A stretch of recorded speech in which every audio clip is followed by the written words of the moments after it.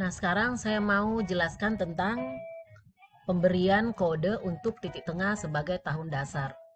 Nah, sebelumnya tadi saya sudah jelaskan bahwa eh, penentuan titik tengah sebagai tahun dasar ini merupakan salah satu cara untuk menghitung koefisien A dan koefisien B secara lebih mudah, ya.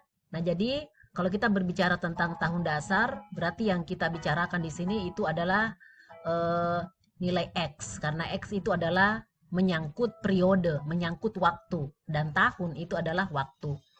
Nah, apabila kita berbicara tentang data, ya, jumlah data yang dimiliki atau yang berhasil dikumpulkan itu ada dua, jumlah data ganjil dan jumlah data genap.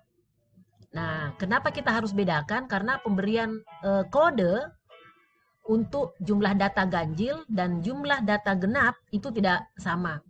Nah, coba sekarang kita lihat kalau jumlah datanya ganjil, ya. Nah, saya kasih contoh di sini, jumlah datanya itu ada 5.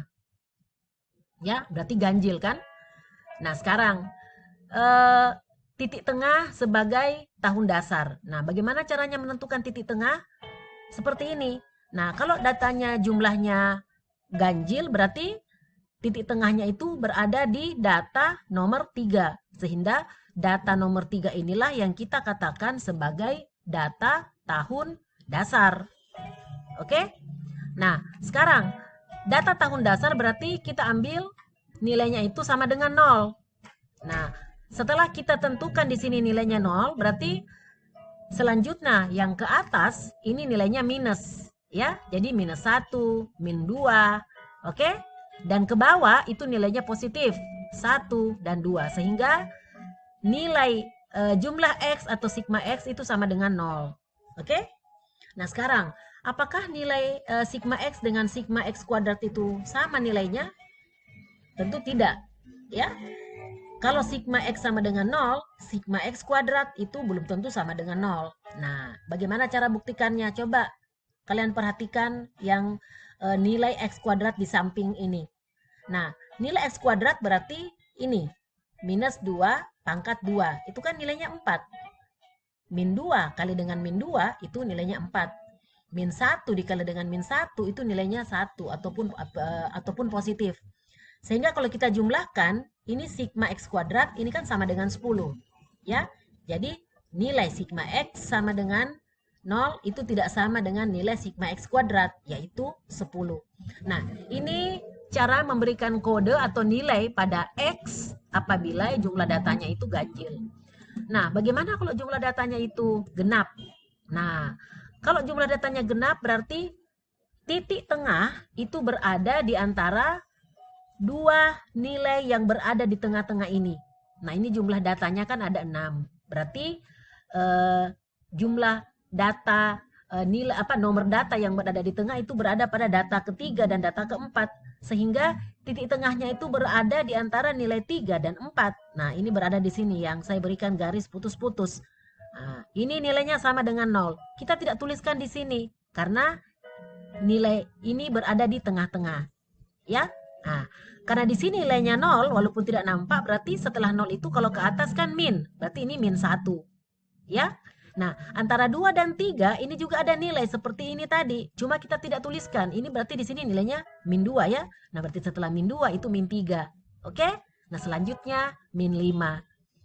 Nah, jadi ingat kalau jumlah datanya genap, kita mulai dengan min 1, kemudian min 3, kemudian min 5. Dan ke bawah setelah titik tengah itu adalah positif. Sehingga nilai sigma X kuadrat itu sama dengan 0. Oke, nah sekarang kalian sudah tahu formulanya ya untuk mendapatkan nilai A, untuk mendapatkan nilai B, kemudian menentukan kode juga kalian sudah tahu. Nah, sekarang saatnya kita mulai atau belajar untuk melakukan peramalan dengan menggunakan metode least square. Nah, jadi seperti kalian bisa lihat di sini, ini adalah data yang sama dengan data yang saya gunakan pada saat membahas tentang metode peramalan moving average. Tetap kita menggunakan 4 tahun Ya, jadi horizon waktunya 4 tahun dan periodenya itu adalah triwulan. Sehingga setiap tahun ada 4 periode atau ada 4 jumlah datanya setiap tahun.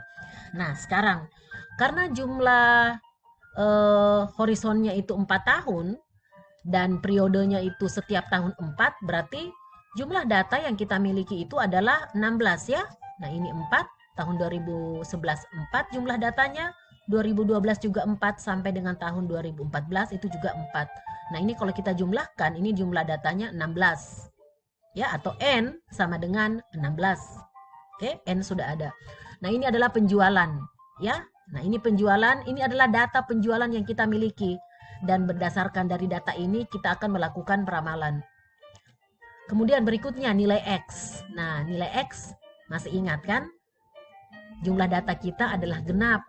Berarti titik tengahnya itu berada di sini. Ini titik tengahnya sebagai tahun dasar. Oke? Nah, sehingga untuk tahun dasar yang tidak nampak, berarti dia mulai dengan -1, kemudian -3, -5, -7, sampai dengan -15. Ke bawah juga seperti itu. Mulai dengan 1, 3, 5, sampai dengan 15. Oke? Nah, berikutnya ini nilainya 0. Nah, nilai XY, dari mana ini nilai XY? X dikali dengan Y, berarti -15 dikali dengan 80. Hasilnya itu adalah -1200. X kuadrat dari mana? Dari sini, nilai X. -15 pangkat 2 itu adalah positif 225. Lakukan seperti itu terus sampai dengan periode keempat tahun 2014 ya.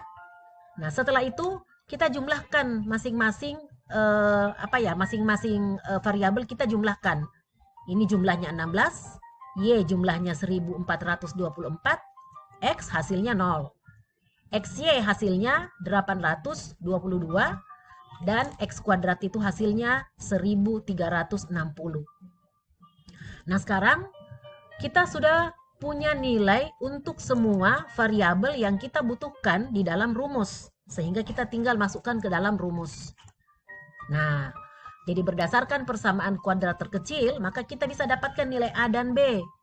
Sigma Y tadi sudah ada, 1424. Nilai N juga ada, 16. Sehingga hasilnya itu 1424 dibagi dengan 16, hasilnya adalah 89.